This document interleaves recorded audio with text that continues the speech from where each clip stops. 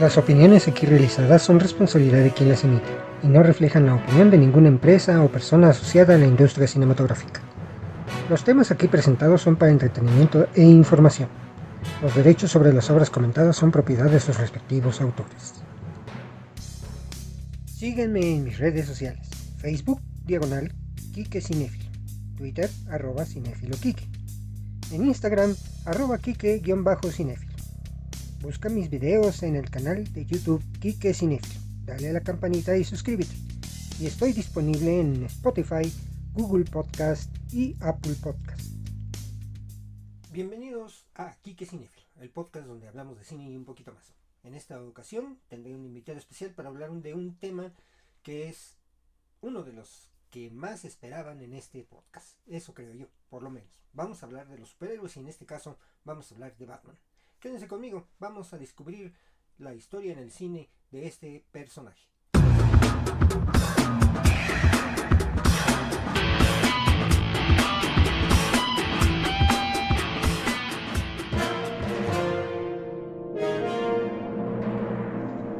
El tema. ¿Qué tal, amigos? Bienvenidos una vez más a Quique Cinéfilo, el podcast donde hablamos de cine y un poquito más.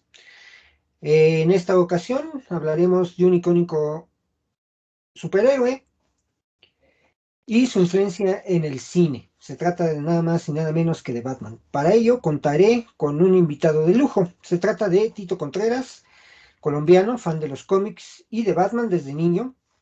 Él es filósofo y diseñador gráfico y se ha dedicado a la educación y a la promoción cultural. También es coleccionista, adicto a la lectura y al cine. Él es parte del programa El Salón de la Justicia de su compatriota Iván Marín, y él ha sido invitado a eventos y conferencias acerca del tema. Bienvenido, Tito, ¿cómo estás?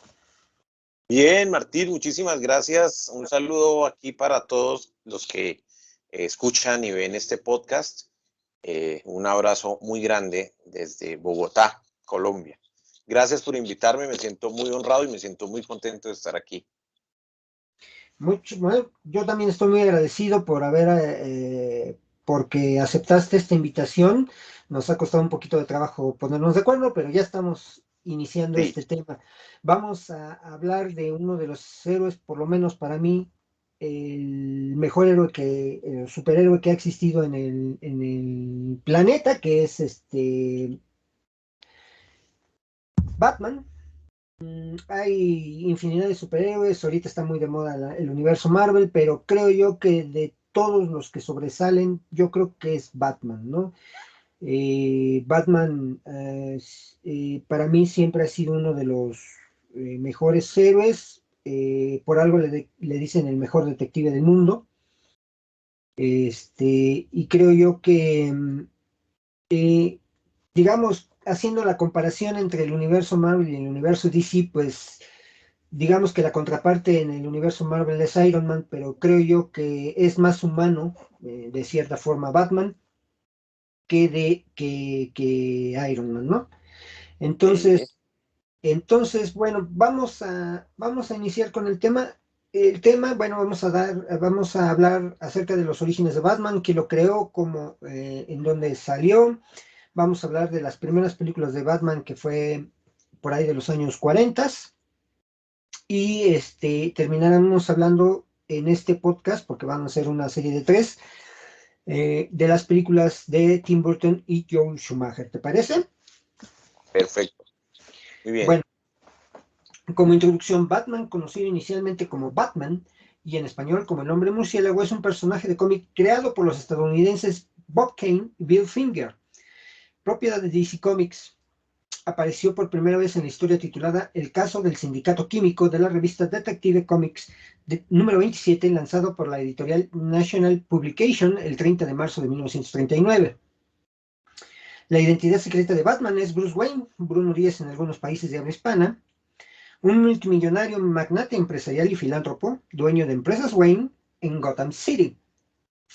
Después de presenciar el asesinato de sus padres, el Dr. Thomas Wayne y Martha Wayne, en un violento y fallido asalto cuando era niño, juró venganza contra los criminales, un juramento moderado por el sentido de la justicia.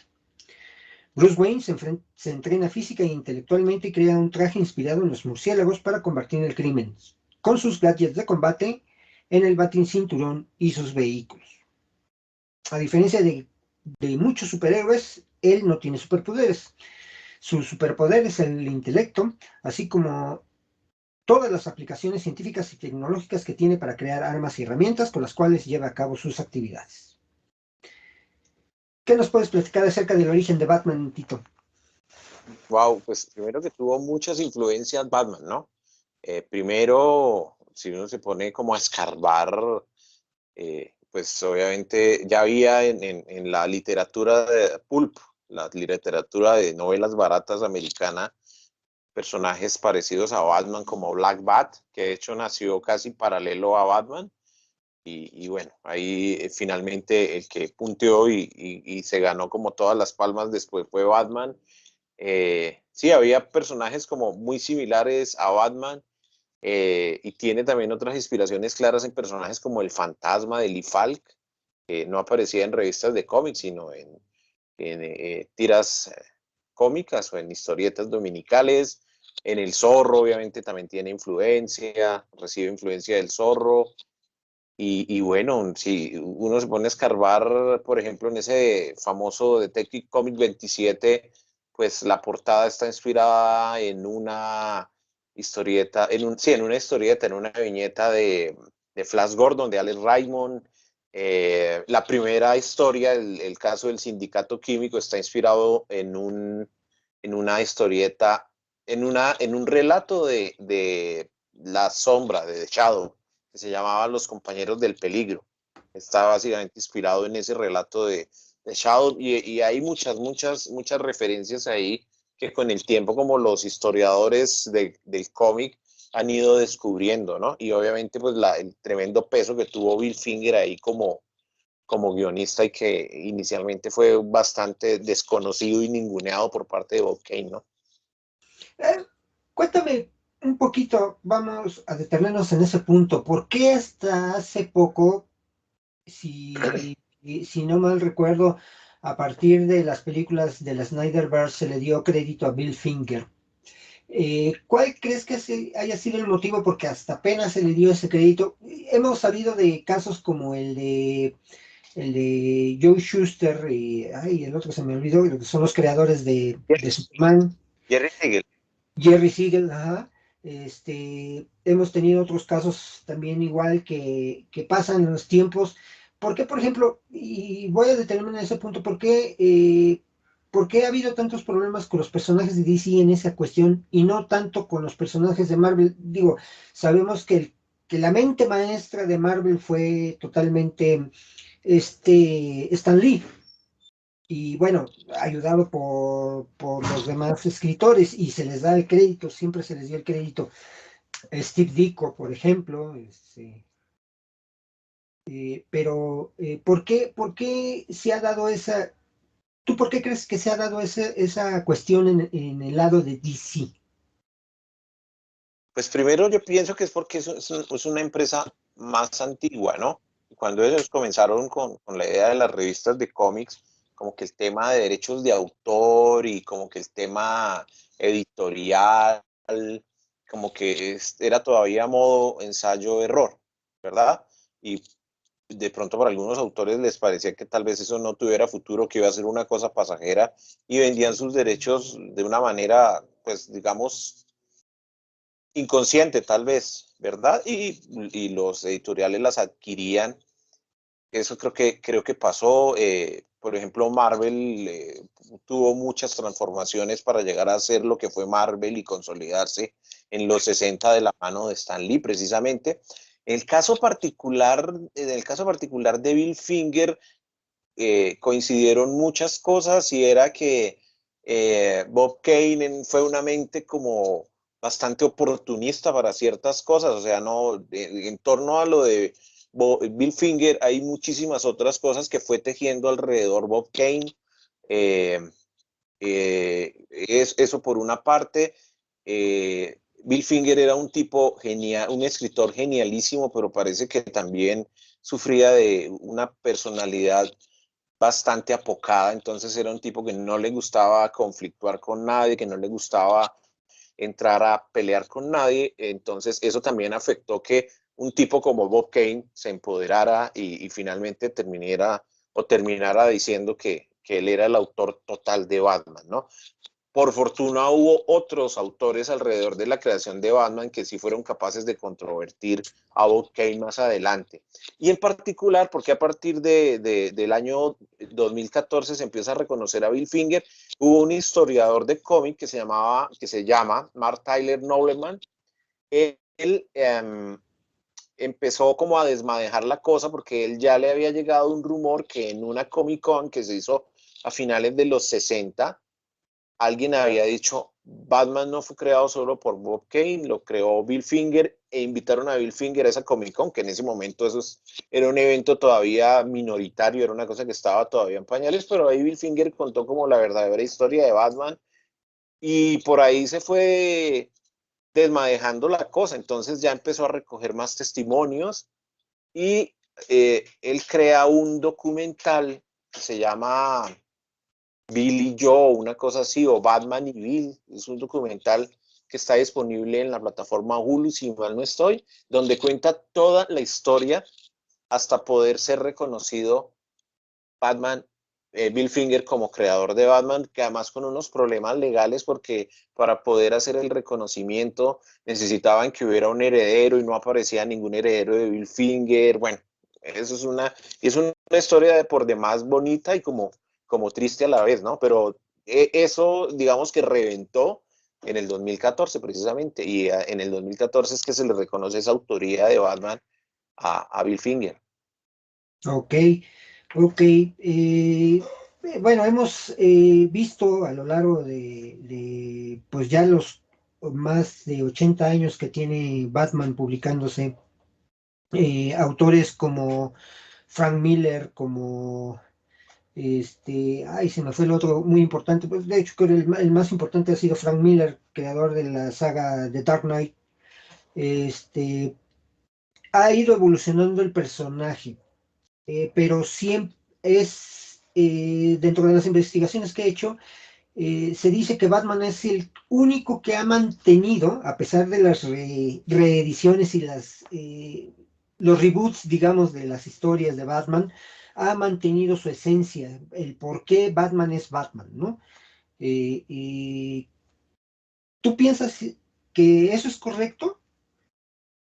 Sí, sí, sí. De hecho, creo que a ti también te debe pasar mucho que la gente pregunta, oye, ¿por qué te gusta tanto Batman? Y entre las cosas que uno argumenta, pues es que efectivamente la esencia visual se ha mantenido a lo largo de los años. O sea, tú puedes mirar en la historia de Batman y lo han dibujado de mil maneras y uno sigue diciendo, ah, ese es Batman porque se conserva la historia y se conserva su esencia visual. O sea, tú ves al Batman de Adam West, al Batman de Tim Burton, al Batman de Ben Affleck, al Batman de La Bruma Mortal, al Batman de El Regreso del Caballero de la Noche y de muchísimas otras historias y tú dices, ese es Batman. Ninguna versión riñe con ninguna versión, ¿verdad? Eh, entonces, creo que ese es un gran mérito que lo ha ayudado a conservar. De hecho, estoy viendo que los dos tenemos en este momento prendas de Batman, ambos tienen, Sí, y en la calle una persona puede reconocer a Batman en la que tú tienes y a Batman en la que yo tengo, ¿verdad? Sin que así. riña para nada la idea de que ese es Batman.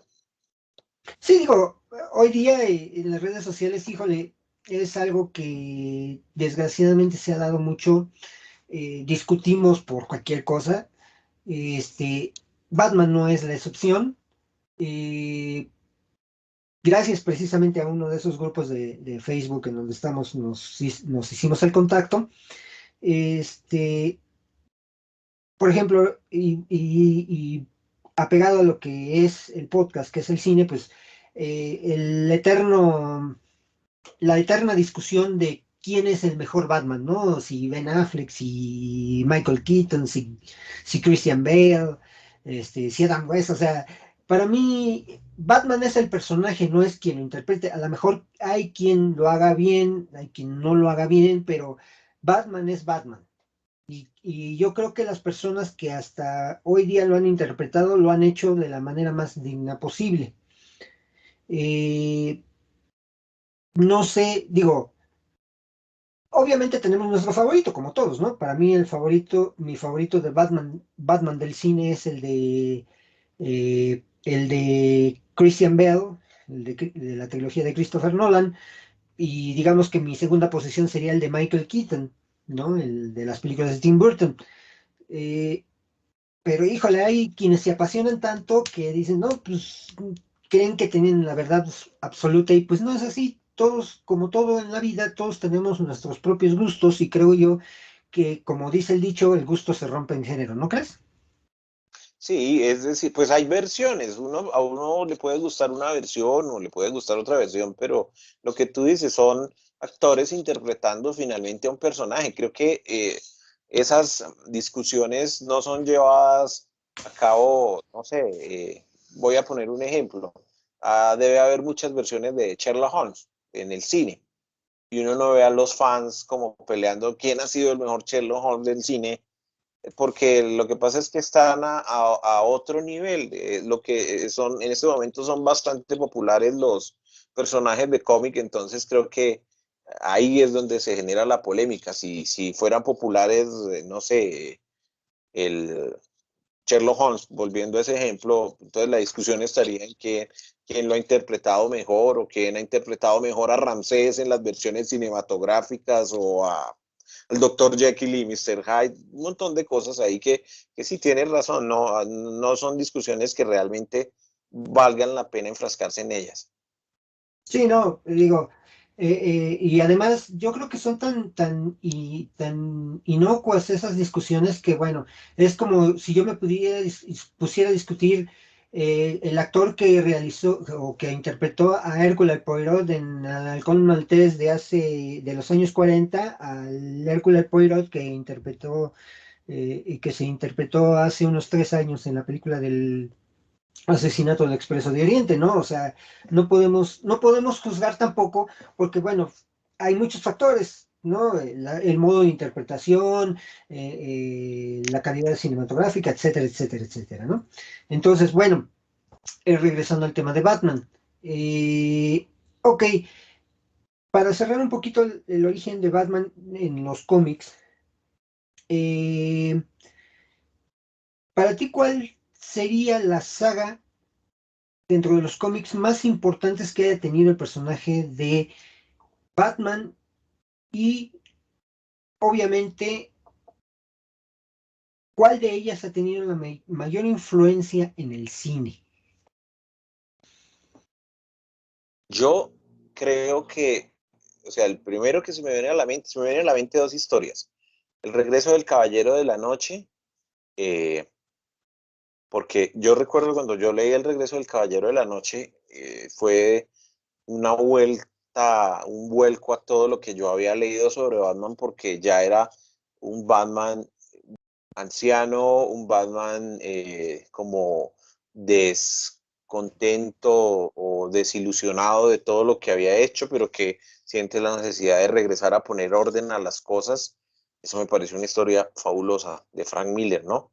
Así Esa me es. parece que es una historia indispensable y marca creo que un antes y un después en Batman, porque le permitió abrirse como a realidades y a futuros consecuentes y consistentes, no porque no lo hubieran presentado antes así. Yo me acuerdo que en la Edad de Oro había una historia muy cortita que era Batwinkle, que es que Batman se queda dormido y despierta en el futuro y es anciano, pero es una historia muy ingenua y muy sencillita de los años 40, 50. Eran como ese tipo de historias, pero esto de Frank Miller fue muy consistente y fue como una vuelta, un vuelco a todo lo que había sido la historia de Batman hasta ese momento.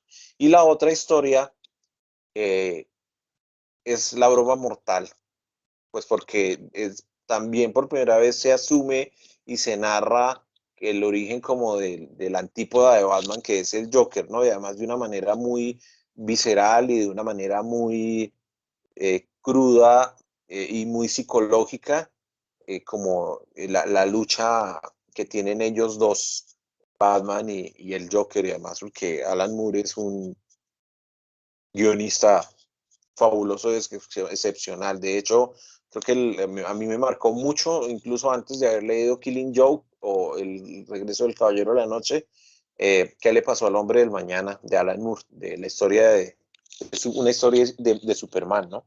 Que también marcó un antes y un después. Sí, y sí, de hecho, muchos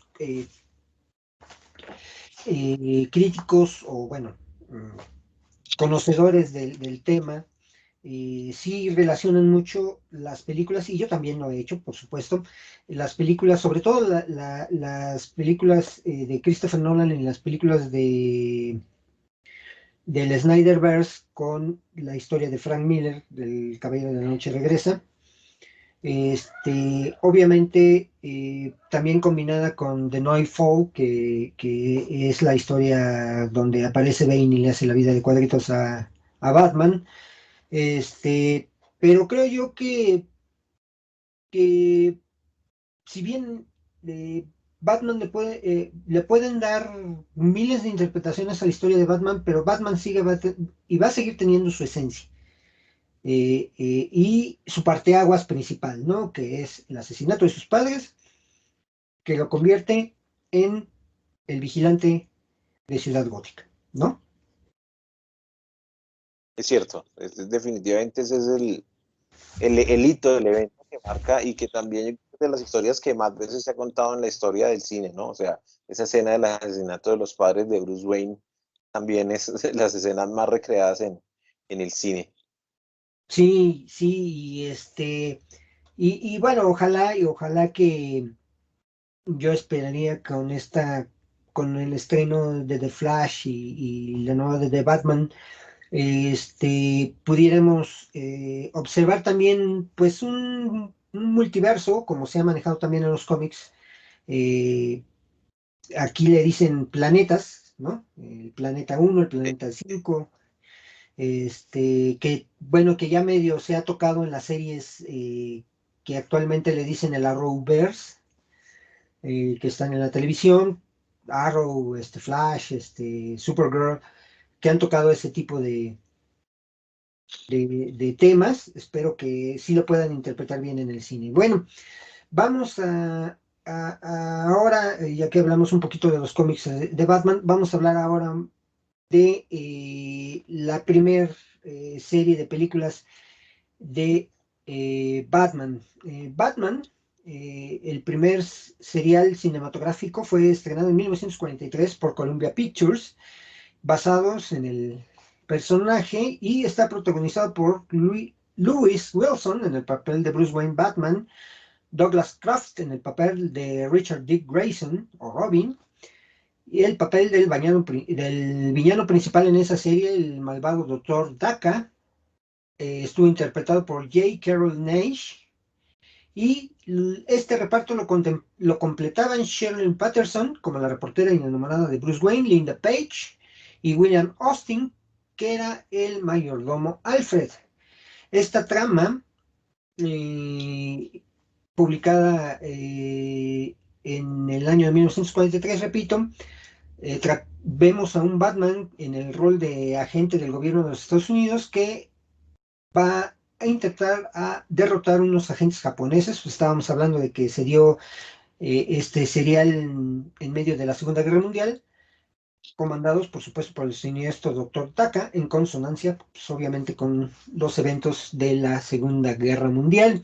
En esta película se da, obviamente, esta es la primera serie realizada íntegramente por actores, y hacen por primera vez su aparición en numerosos elementos distintivos del universo de Batman, por ejemplo, la Baticueva, la Mansión Wayne, el modo de comportarse de Alfred. Y bueno, este serial fue escrito por Victor McLeod y dirigido por Lambert Hillier. Alcanzó mucho éxito comercial, fue una serie de 15 películas que suman en total 260 minutos. Era más bien como una miniserie que ponían antes de cualquier otra película y pues dejaban al espectador picado para que regresara otra vez al cine y esperara el siguiente capítulo. ¿Cómo ves este? ¿Qué nos dices acerca de este primer intento de Batman en el cine? Bueno, de hecho, muchos personajes de las tiras cómicas fueron adaptadas a seriales, ¿no? Entonces, el Fantasma, Capitán América, pues Batman, obviamente, Flash Gordon, y eran, digamos que series bastante artesanales, hechas con los recursos que se tenían y con el presupuesto que se tenía, ¿no? No estaban pensadas como producciones así súper elaboradas. Si uno las ve hoy, sí, obviamente nota como las falencias y la sencillez, pero pues es para verla con los ojos del tiempo, ¿no? Y obviamente sí, por ejemplo, este villano era un villano japonés, pero caracterizado por un occidental, ¿no?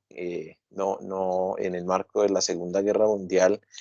Eh, sí, pero son producciones muy sencillas y ahí, claro, aparece lo que tú dices, la Baticueva aparece por primera vez en esos seriales como un concepto muy sencillo.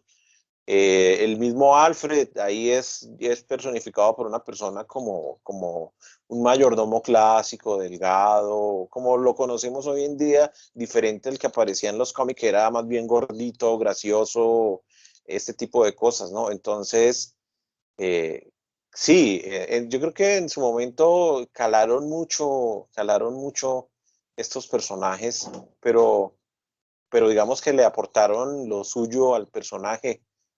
Y además que si uno se pone a pensar, fue 4 años después de haber aparecido el personaje en los cómics, ¿no? Sí, sí, así es.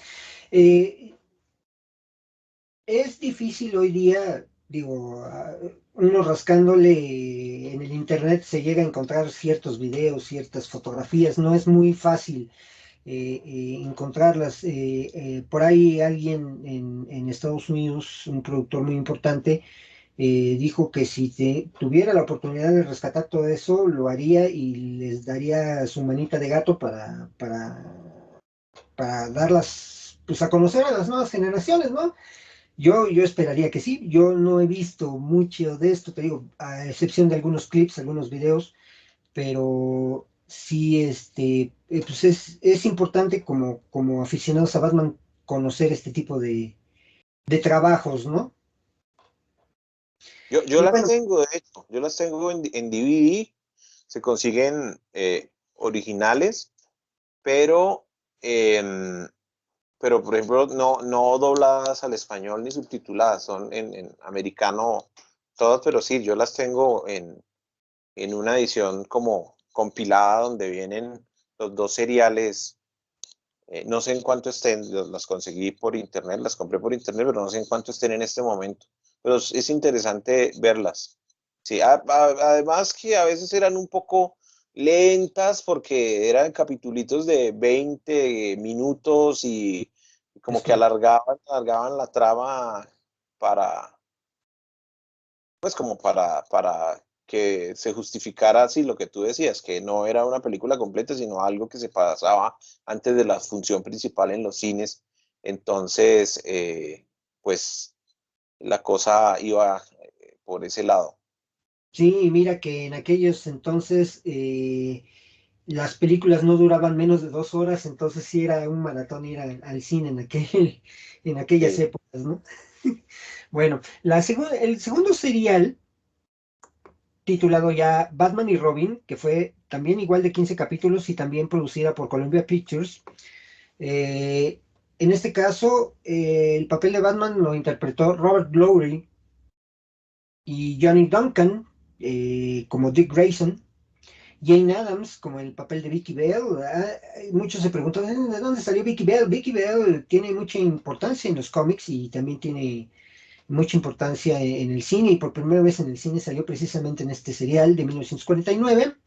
El veterano actor Lyle Talbot hizo al comisionado Gordon, que fue la primera aparición de este en el cine. Y esta serie fue escrita por George H. Plimpton, Joseph F. Poland y Royal K. Cole, y totalmente dirigida por Spencer Gordon Bennett. Este serial trata de que el dúo dinámico se enfrenta a El Mago, un villano encapuchado que utiliza un dispositivo eléctrico capaz de controlar automóviles con la intención de provocarle retos al dúo dinámico. Su identidad es todo un misterio hasta el final, no los voy a spoilear. Sí. Este, Aquí, bueno, pues la lista de capítulos son 15. Aquí sí todos los episodios tienen nombre. Dicen Batman Takes Over, Tunnel of Terror, Robin's Wild Ride, Batman Trap, Robin Rescues Batman, Target, The Fatal Blast, Robin Meets The Wizard Strikes Back, Batman's Last Chance, Robin Ross, Robin Rides the Wind, The Wizard Challenge, Batman vs. Wizard y Batman Victorious. No hay mucha información también en cuestiones técnicas, pero bueno, pues, suponiendo que también estamos hablando de 1949, pues la calidad también no era como que la mejor en aquellos entonces. Además, era un experimento de divertimento nada más, ¿no? Sí, sí, sí, no, eran muy sencillas, no, no tenían grandes aspiraciones, digámoslo así, en ese sentido. Sí. Y bueno, vamos a llegar a la primer película, pero esta ya película como tal, producida por 20th Century Fox, basada en la serie televisiva de 1960, más bien muchos la consideraron como un gran capítulo de la serie televisiva, Sí, es Batman, la película, protagonizada por Adam West, Burt Ward, en los papeles de Batman y Robin. Y bueno, pues aquí la historia es, se basa en se enteran que el Comodoro Schmidt Lab eh, está en peligro y bueno, todo lo que sucede y bueno, pues más bien ahí fue como una galería de pasar a todos los villanos que participaban en aquel momento en la serie, como el Joker de George Romero, el Acertijo, Catwoman, el Pingüino, que es interpretado por los que no sepan, por Burgess Meredith, que si no saben es Mickey en las películas de Rocky. sí, Entonces, y bueno, pues toda la galería de actores que salían en la serie salieron en la película, que tuvo un presupuesto, por primera vez un gran presupuesto para una película de superhéroes, que fue de $1.377.800 y su recaudación fue de $16.256.690. De acuerdo la página Rotten Tomatoes, Batman the Movie tiene una calificación de el 62% basada en 138.700 votos con una calificación de promedio de 3.5. Y en el sitio de Internet Movie Database, los usuarios le han dado una calificación de 6.5 sobre 10 en base a 26.274 votos. Pues no es tan mal recibida, pero para muchos críticos, bueno, estamos hablando de los años 60, que todo era psicodelia, sí, que todo era eh, pues medio fumado, ¿no? Yo vengo de papás hippies, entonces, bueno, pues sé lo que es ajá. eso. Entonces, eh, ¿qué me puedes comentar tú acerca de esta cinta, la primer cinta de tal cual de Batman? Bueno, esta película se hizo entre la primera y segunda temporada de la serie de televisión, ¿no? En esta película, Catwoman no fue interpretada por Julie Newmar, sino por Lee Meriwether, porque no Ujú. estaba disponible en ese momento Julie Newmar, estaba en otro proyecto. Pues, bueno, la película no tiene como el intro tradicional de la serie de televisión y sí, básicamente es como un capítulo largo de la serie de televisión, ¿no?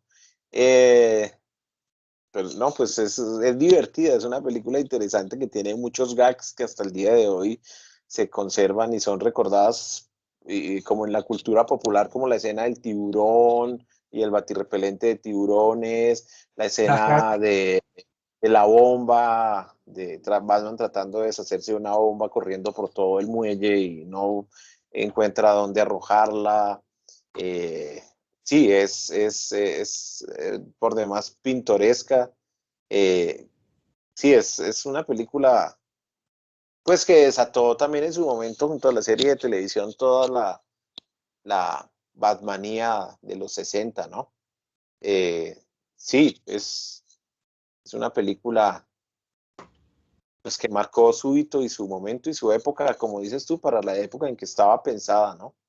Sí, es como lo que tendría yo que decir tratando de ser eh, objetivo, porque obviamente a mí me encanta y me fascina esa etapa de Batman de los 60 y hay mucha gente que la aborrece, que no le gusta, pero fue definitivamente un hito en su momento, eh, pues esta película. Y pues son esos actorazos, o sea, era un reparto de lujo el que tenía y corre por ahí el rumor de que había muchos actores queriendo ser invitados a la serie para actuar como villanos o hacer algún pequeño papel y de hecho tuvo muchos actores en su momento famosísimos como el mismo César Romero, eh, estuvo Sasa Gabor, que era otra gran actriz, Talula Bankhead, ¿sí? Hay muchos, Vincent Price haciendo el papel de Cascarón, no, tuvo muchísimos actores y personajes de la época famosísimos que se dieron como el lujo y el privilegio de actuar en esa serie, ¿no? Y Sí, bueno, en la película solo aparecen como cuatro de los principales, pero sí, marcó una época, efectivamente. sí, a nivel personal, yo conocí a Batman precisamente por la serie de los 60. Me acuerdo que aquí en México lo pasaban por el Canal 5. Este, ya cuando empezaban las series, más o menos a las 5 o 6 de la tarde, porque en aquel entonces ese canal tenía dividido en dos bloques. A partir de las 12 del día eran las caricaturas y más o menos a las 5 o 6 de la tarde empezaba el bloque de las series. Y a mí me gustaba mucho. Después trajeron, ya muy tarde, a México, estoy hablando de los finales de los años 70, por ejemplo, los Super Amigos, que bueno, pues era la Liga de la Justicia. Fue cuando le dieron un poquito más de seriedad a Batman y a las caricaturas. Y bueno, fue como me fui enfrascando en la historia de Batman. Entonces empecé a comprar cómics, empecé a comprar memorabilia de El Caballero de la Noche. A mí, pues, ese fue, digamos, mi introducción al mundo del Caballero Oscuro, ¿no? Y sí, como todo lo podemos ver, que está puesto de acuerdo a la época en que vivimos, y no es diferente el caso a las películas de Tim Burton. Tim Burton dirigió la primera película de Batman. No, bueno, no la primera película, sino ya con la seriedad de llevar a un personaje. Veníamos de una época en donde dominó Superman. Se hicieron cuatro películas. No había muchas películas de superhéroes. Se hizo la adaptación de Flash Gordon. Se hizo por ahí un intento a finales de los 70, principios de los 80 con Spider-Man. Entonces, y hubo un impasse en esa época donde no había superhéroes en el cine. Entonces, debido a la fama que Tim Burton obtiene por su primer película, que fue The Beetlejuice, eh, y que también lo vincula con Michael Keaton, que es el intérprete de Batman en esta película, pues creo que hacen una química excepcional y aparte de esa química, pues la forma en que nos muestra al Caballero Oscuro, Tim Burton por primera vez de verdad nos sumerge al oscurantismo del personaje, ¿no? A lo que desde un principio Bob Kane y Bill Finger nos querían mostrar del personaje, ¿no? La película fue estrenada en 1989, protagonizada por Michael Keaton, Jack Nicholson, Kim Basinger, Jack Palance, este, y hubo otros por ahí. Y además, por primera vez, en una película de superhéroes, pues integran al casting personajes o actores que en su momento ya habían sido galardonados con un Oscar, lo que le dio todavía mucho mayor lustre a la película. ¿Qué nos puedes decir al respecto? Bueno, a mí Batman de 1989, la de Tim Burton, me marcó. Yo recuerdo cuando, cuando estrenaron Batman en el 89, yo tenía 13 años. Entonces ya yo quedé enganchado, a partir de ese momento ya quedé enganchado con Batman. Eh, Mi primera camiseta de Batman la tuve en esa época.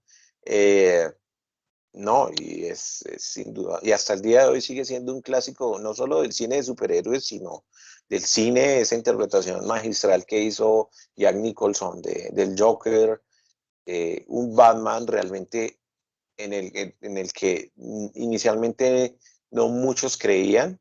O sea, menos mal que para esa época no existían las redes sociales y no hubieran destrozado a Michael Keaton porque no era como el prototipo de lo que debía ser Batman y Bruce Wayne, ¿no? Porque era bajito, no era el tipo así como más agraciado, pensando en cánones de ese momento como Stallone, como Schwarzenegger, como Michael Rourke, por ejemplo, un montón de estrellas de acción de ese momento. Entonces, como que inicialmente tal vez no hubiera sido la mejor elección, pero miren que hasta el día de hoy sigue siendo como un modelo de ese Batman. Entonces, y obviamente veníamos del Batman de Adam West, el Batman en acción, de live action que hasta ese momento existía, era el de los 60, el de Adam West, ¿no? Entonces, que era colorido, era gracioso, y este Batman no era así, este era un Batman oscuro, gótico,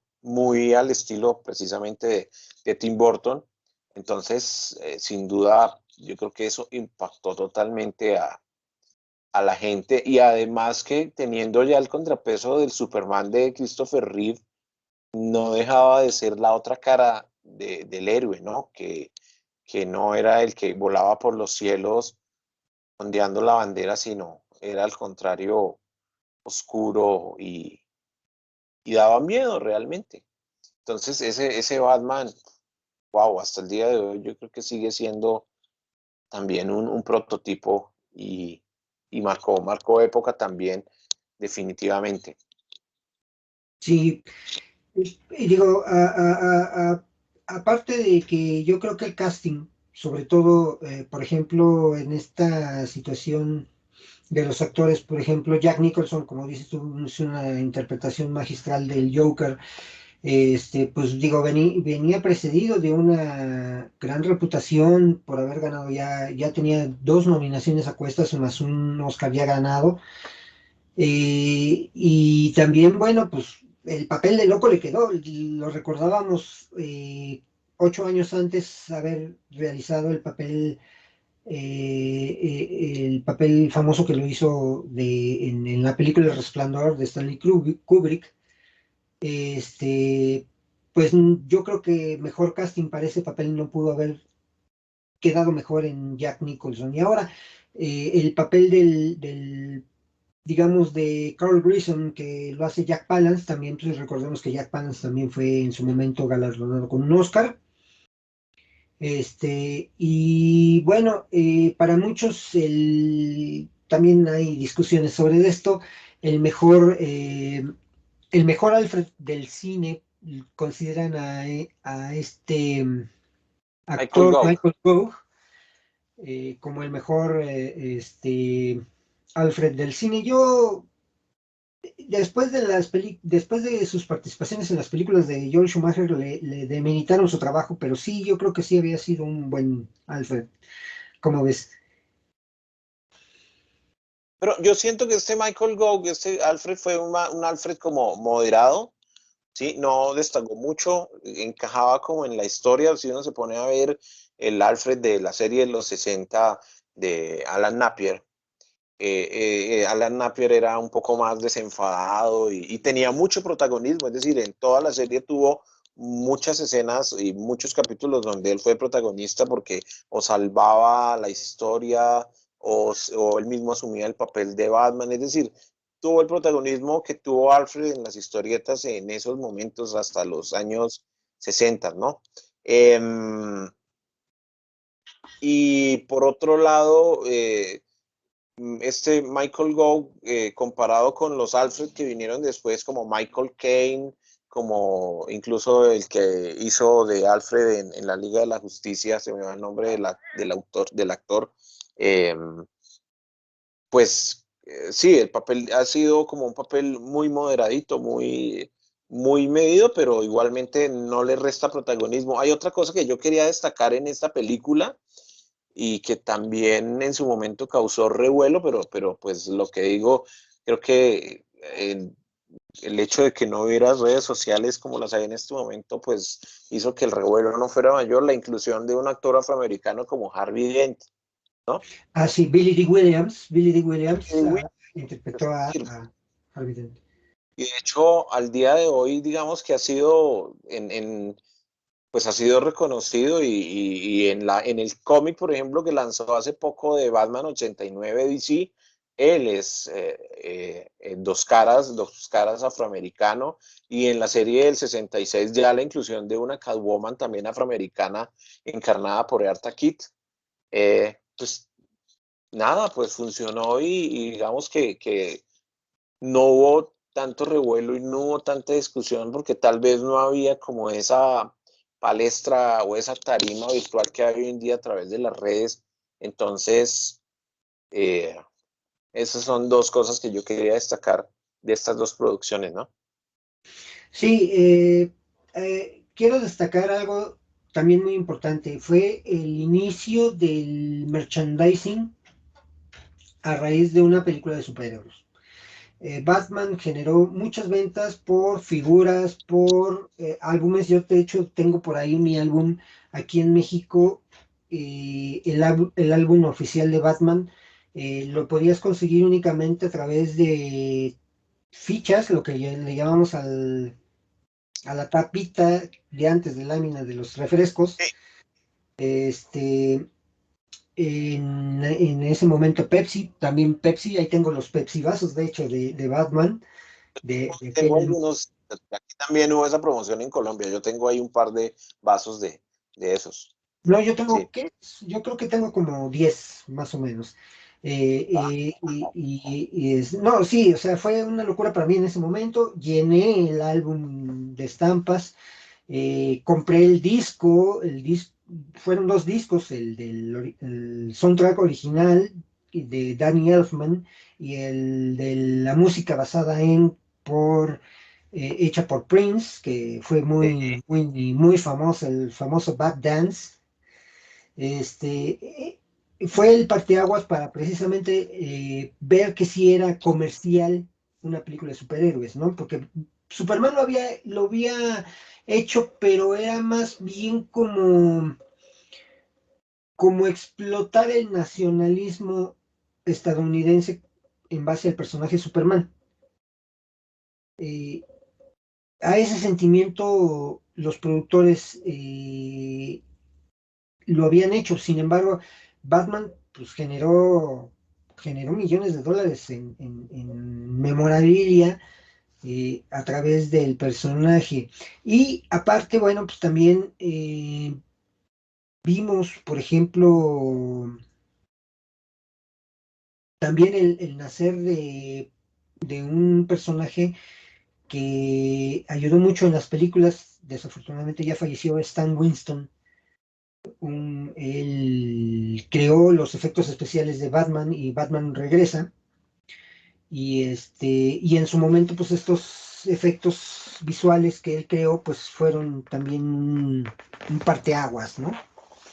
En el cine. Y el arquitecto de la ciudad gótica de Gotham, de esas películas también, Anton Furst, que también falleció, Así pues, es. pero también la apariencia, eh, no solo en esas películas, sino posteriormente en la serie animada y en los cómics, de cómo debía verse Ciudad Gótica, ¿no? Sí, así es. Y precisamente eh, a- ahora vamos a hablar de Batman Returns, que es Batman Regresa. Esta la estrena Warner Brothers en 1992. Eh, Continúa con en el casting Michael Keaton, Michael Gough, Pat Hingle, y se suman otro actor ganador del Oscar, Christopher Walken, Danny DeVito y Michelle Pfeiffer, que también ya andaba haciendo sus pininos en aquel entonces en las grandes ligas. Aquí cuenta la leyenda que ya se tenía previsto incluir a Robin, sin embargo, y también a Dos Caras, pero al final del camino quedaron fuera del guión estos dos personajes de Batman. Esta película la critican mucho, sobre todo por la forma en que dieron cabida al personaje de Oswald Cobblepot, interpretado por Danny DeVito, o el pingüino, que no le hizo mucho favor a lo que ya conocíamos en los cómics a este personaje. Sin en cambio, alaban mucho a Michelle Pfeiffer por la interpretación de Catwoman.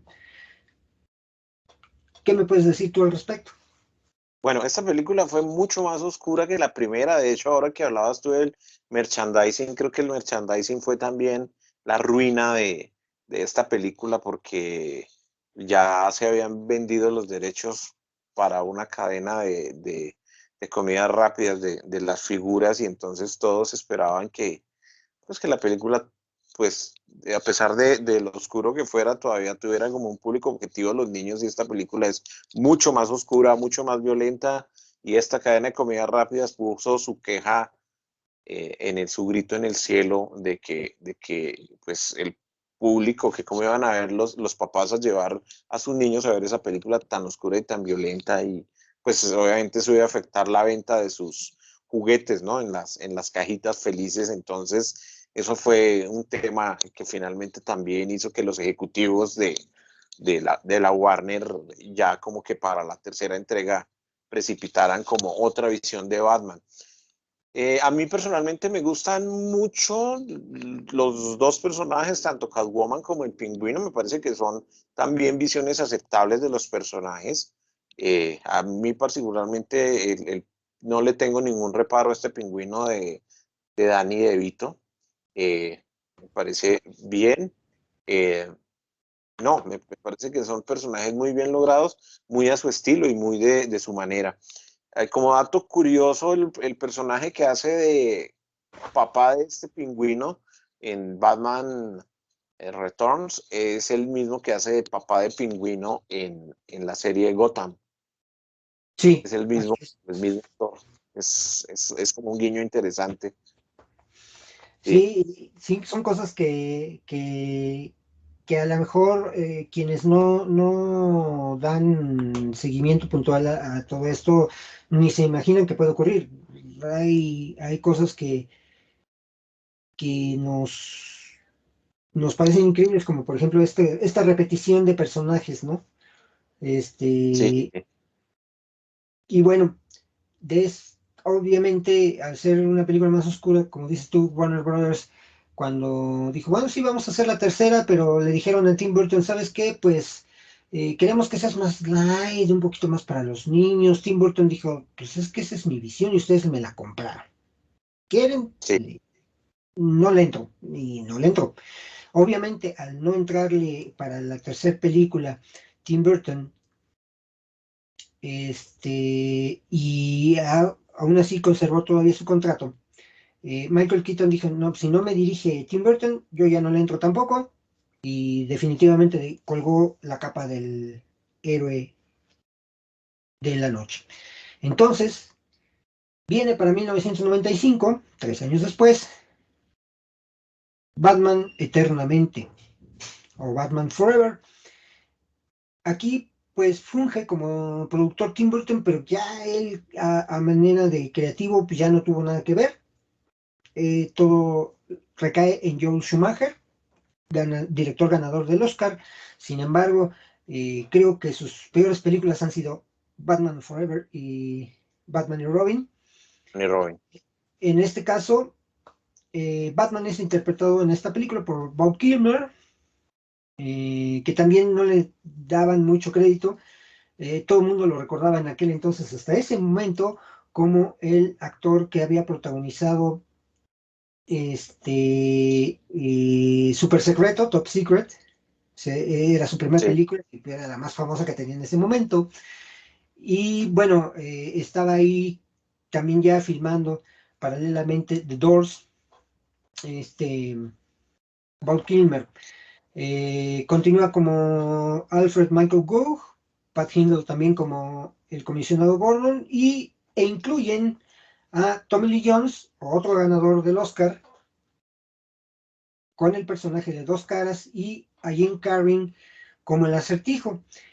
En esta película también ya incluyen al personaje de Dick Grayson, llamado o Robin, en este caso interpretado por el joven Chris O'Donnell, que también ya había tenido un poquito de fama con la película de Los Tres Mosqueteros de Disney. Como la damisela en peligro, está la doctora Chase Meridian, interpretada por Nicole Kidman. Eh, Aunque, si bien este, había sido considerada ella para Gatúbela en la película anterior, no la aceptó porque tenía trabajo. En ese momento que estaba, creo, trabajando para la película Días de Trueno, entonces no pudo.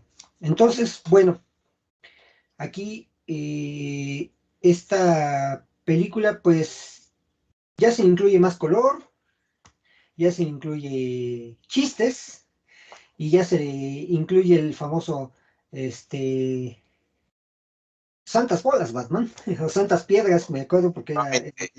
sí, Ujú. en la isla de Jim Carrey.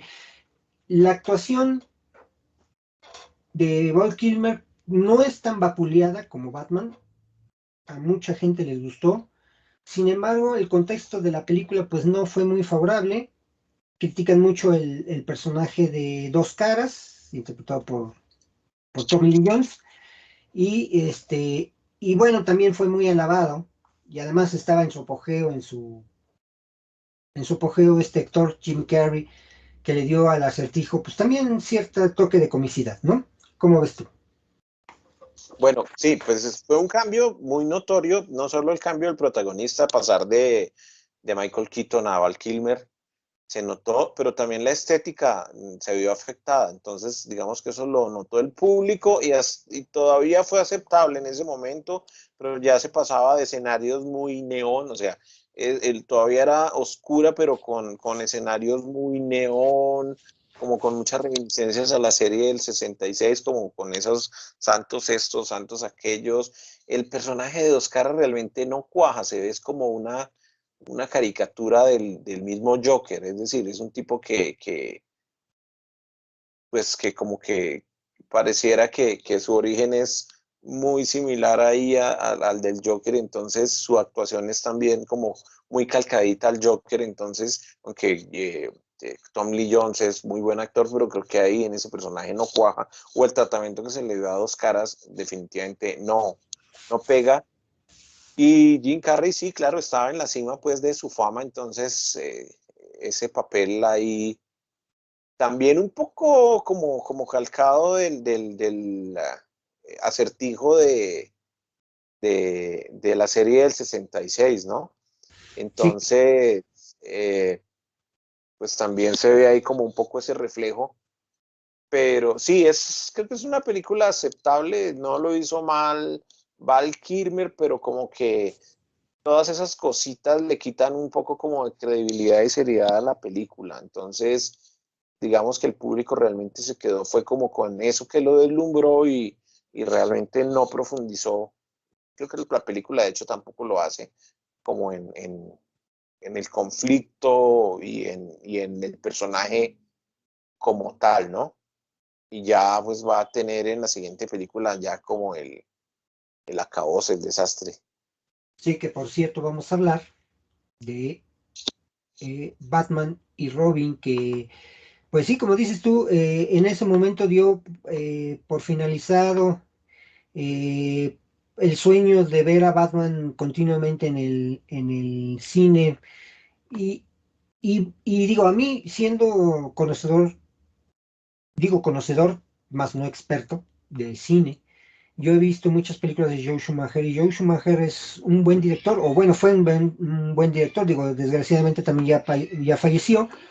Él ha hecho o hizo muy buenas películas y como que el haber hecho a estas películas de superhéroes como que fue, no sé si lo tomó por compromiso o sí quiso experimentar, pero la verdad es que no le salió el experimento, ¿no? Y hablamos porque la película de Batman y Robin, estrenada en 1997, volvemos a tener otro cambio de protagonista en Batman. En este caso lo interpreta George Clooney, que también ya en ese momento también estaba en la cima de su carrera por la serie ER y ya había tenido uno que otro éxito en el cine. Chris O'Donnell sigue en el papel de Robin. Se incluye a Alicia Silverstone, que también ya tenía cierta fama en ese momento. A Uma Thurman, una actriz muy buena. No sé qué le pasó para aceptar este papel. Y la inclusión también de, ahora sí que de los superhéroes, de los héroes americanos, Arnold Schwarzenegger como el Doctor Frío. Sí. También se incluyen a personajes como a Bane, que en ese momento también tenía cierta fama porque tenía muy poco o estaba muy reciente la publicación de el cómic Nightfall. Entonces, pero nada que ver el Bane que vemos en Batman y Robin con el de los cómics. ¿Cómo ves? Bueno, sí, arranquemos por Bale, un personaje totalmente desperdiciado, es decir, los 90 fueron como una gran época para los cómics, para la redefinición de muchos personajes y aparición de personajes nuevos, pero Bane sí se desperdicia total y absolutamente en esa película, es una, nada, una mole de músculos ahí sin mayor protagonismo, eh, entonces como que no. A mí, de hecho, creo que lo más rescatable a mí, en mi opinión personal, es precisamente Uma Thurman como hiedra venenosa. Me gusta esa hiedra venenosa, sin toda la teatralidad que tuvo en ese momento, ¿no? Es decir, como tiene como muchos adornos y muchas cosas alrededor que si se le despojara a ese personaje que hace Uma Thurman ahí, sería un personaje muy interesante. Y sí, definitivamente ahí creo que el público y la crítica coincidieron en que no es una buena película porque no la es. El director nunca se la tomó en serio. En varias entrevistas, los actores decían, él nos decía, no se lo tomen en serio, esto es una caricatura. Entonces, pues partiendo de eso, si el director mismo dice como eso, ya uno que podría esperar de los actores, ¿no? Y obviamente, pues el mismo protagonista, él dice que toda la vida se va a arrepentir de haber filmado esa película, que no se la deja ver a su esposa, o sea, él quisiera borrar eso de, pues, de su carrera actoral, ¿no? Sí, definitivamente es una película, pues sí, que acabó con la franquicia para los 90 porque sí, los ejecutivos querían, era ya un producto destinado a niños y sin duda en ese aspecto seguramente los deslumbró, pero al público que quería ver evolucionar al personaje definitivamente lo decepcionó muchísimo. Sí, y una polémica bien ridícula que se desató precisamente con esta película fueron los famosos batipezones, los trajes Ajá, de George Clooney, de Chris O'Donnell, y la actuación de Arnold Schwarzenegger, mira, para mí ha sido uno de los mejores actores en la cuestión del cine de acción. Sin embargo, pues como que no, o sea, eh, le quiso dar cierto dramatismo al Doctor Frío, pero no, o sea, de verdad la película no está como para darle, pues el beneficio de la duda, ¿no? O sea, si la tomas como puro divertimento, pues te vas a divertir. sí, sí, Pero sí. si le quieres encontrar, eh, pues, lo que es pues la cuestión del que esté vinculado a todo lo que es lo que es el mundo de Batman, pues no, o sea, realmente, si nos quejamos de la película de 1966, pues esta está peor, ¿no? O sea, la verdad está Pero peor. sí, lo que pasa es que ya para ese momento el personaje había evolucionado muchísimo, Batman había evolucionado y como te digo, en los noventas habían sucedido un montón ya de historias que habían consolidado muchísimo al personaje y uno Claro. esperaría eso, una producción cinematográfica y esas dos películas, lo que, bueno, esa en particular la de Batman y Robin, lo que hicieron fue como volver el personaje hacia atrás cinematográficamente. Porque si uno ve la de Adam West y compara con los cómics de la época, sí, más o menos se corresponden y eso era como las historias que alimentaban, por ejemplo, la serie del 66 y la película corresponden a historias que se habían escrito en los cómics, pero lo que te digo, una historia como toda la caída del murciélago, donde Bane era el protagonista y era un villano empoderadísimo, aquí se desdibuja totalmente ese personaje, ¿no? Entonces, esa producción cinematográfica no se corresponde con la madurez que ya había ganado el personaje en los cómics en ese momento y lo que había hecho ya también Tim Burton con ese personaje oscuro y sombrío como le correspondía. Sí, así es. Y digo, para mí lo único rescatable de las películas de Joe Schumacher es la banda sonora hecha por Sí, Elliot Rosenthal. Creo que la banda sonora sí correspondía al personaje, pero no le ayudó a la película, definitivamente. O sea, la verdad hizo un buen trabajo Elliot Rosenthal con el score, pero no. Y fíjate lo que dice, por ejemplo, eh, Rotten Tomatoes.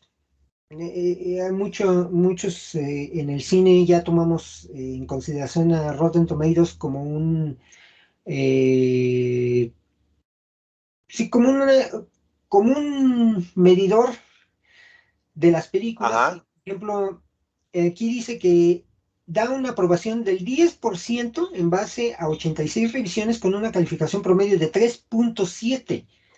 El consenso crítico en el sitio dice que la actitud irónica de George Schumacher llega a un límite insoportable en Batman y Robin, lo que resulta en una película frenética y sin sentido que es demasiado jocosa para preocuparse por ella. El sitio Metacritic, otro sitio muy importante, la tiene con un puntuaje promedio de 28 sobre 100, basado en 21 críticas, lo que significa revisiones generalmente desfavorables. Y las audiencias encuestadas por CinemaScore dieron la película con una calificación promedio de C-, en una escala de A más a F. O sea, en Estados Unidos utilizan mucho este tipo de calificaciones en la escuela. Por ejemplo, un C-, pues es que ya estás reprobado totalmente, ¿no? ¿Cómo ves? sí, sí, no, no, es decir, incluso en muchos tops de películas está clasificada como una de las peores películas pues de la historia o del cine o de la historia del cine de superhéroes y sí, no, no tiene definitivamente muy buenas referencias esa película, sí. Sí, no, definitivamente. Y bueno, pues este fue digamos que la primera etapa de Batman en el cine. Creo yo que hemos hablado muy bien, muy a gusto acerca de este tema. Eh, Vamos, como ya lo platiqué en la introducción, vamos a hacer tres partes. La siguiente parte vamos a platicar, Tito, si así me lo permites, acerca de la trilogía de Christopher Nolan, que para un servidor, ya sé que los hates me van a reventar, pero para mí la mejor trilogía es la mejor adaptación de Batman es la de Christopher Nolan, para mí. Este, Podemos diferir, como siempre les he dicho, en este podcast podemos diferir en las opiniones, pero siempre podemos dar nuestras opiniones y dar nuestros consensos siempre con argumentos y no con insultos, por favor. Entonces, Tito, eh, por el día de hoy yo creo que hemos terminado con el tema. ¿Dónde te puede seguir la gente que nos ve y nos escucha a través del podcast? Bueno, Martín, primero agradecerte nuevamente la invitación. Yo soy muy feliz hablando de estos temas. Me pueden seguir en Instagram como @batitito, ¿sí? Ahí me pueden conseguir. Y tengo em, en YouTube, un canal en YouTube que se llama El Videoblog de Batitito, que no lo muevo mucho, pero ahí he subido material sobre Batman, videos que he hecho sobre Batman. Y durante mucho tiempo manejé un blog durante 10 años, desde el 2007 al 2017, que se llamaba el Batiblog de Tito. No lo muevo hace mucho rato, pero ahí todavía he subido, todavía está activo y ahí subido mucho contenido sobre Batman si quieren visitarlo. Pero en general me pueden conseguir como Batitito en las redes sociales. Ok, de acuerdo, Tito, pues te agradezco mucho que hayas aceptado la invitación a estar en este podcast. También los invito a visitar mis redes sociales,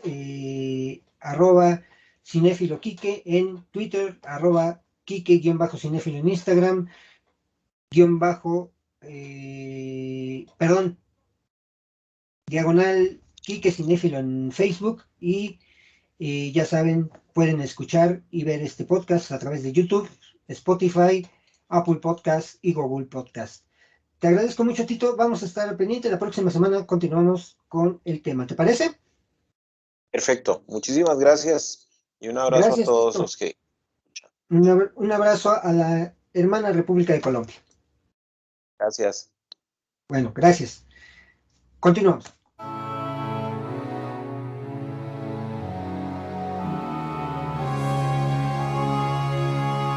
La recomendación.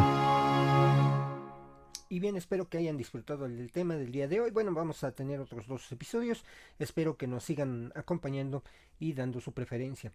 Y como la recomendación del día de hoy, les recomiendo, ya está disponible en las plataformas digitales, en este caso en HBO, la película o la trilogía de Indiana Jones, la trilogía original. Estamos hablando de Raiders of the Lost Ark, eh, Indiana Jones and the Temple of Doom y Indiana Jones and the Last Crusade, todas ellas protagonizadas por este, pues si no uno de los más icónicos actores de Hollywood, que es Harrison Ford. En ellos, pues en la última se hace acompañar, por ejemplo, de Sean Connery, que le hace de su papá. Y bueno, muchas otras estrellas aparecen en estas cintas que han sido escritas y dirigidas por George Lucas, el creador de Star Wars. Eh, ¿Por qué se los recomiendo? Bueno, pues porque es un buen entretenimiento, además la calidad con las que se han remasterizado para estar ya en las plataformas digitales, eh, es muy buena. Yo les recomiendo, está en HBO Max, pueden verlas a partir de hace 2 semanas y disfrútenlas por favor. Se las recomiendo mucho, se van a divertir. Si no las han visto, si ya las vieron, pues vuélvanlas a ver. La verdad es que uno nunca se aburre de las aventuras de Indy, de Indiana Jones. Espero que esta recomendación les guste. Continuamos.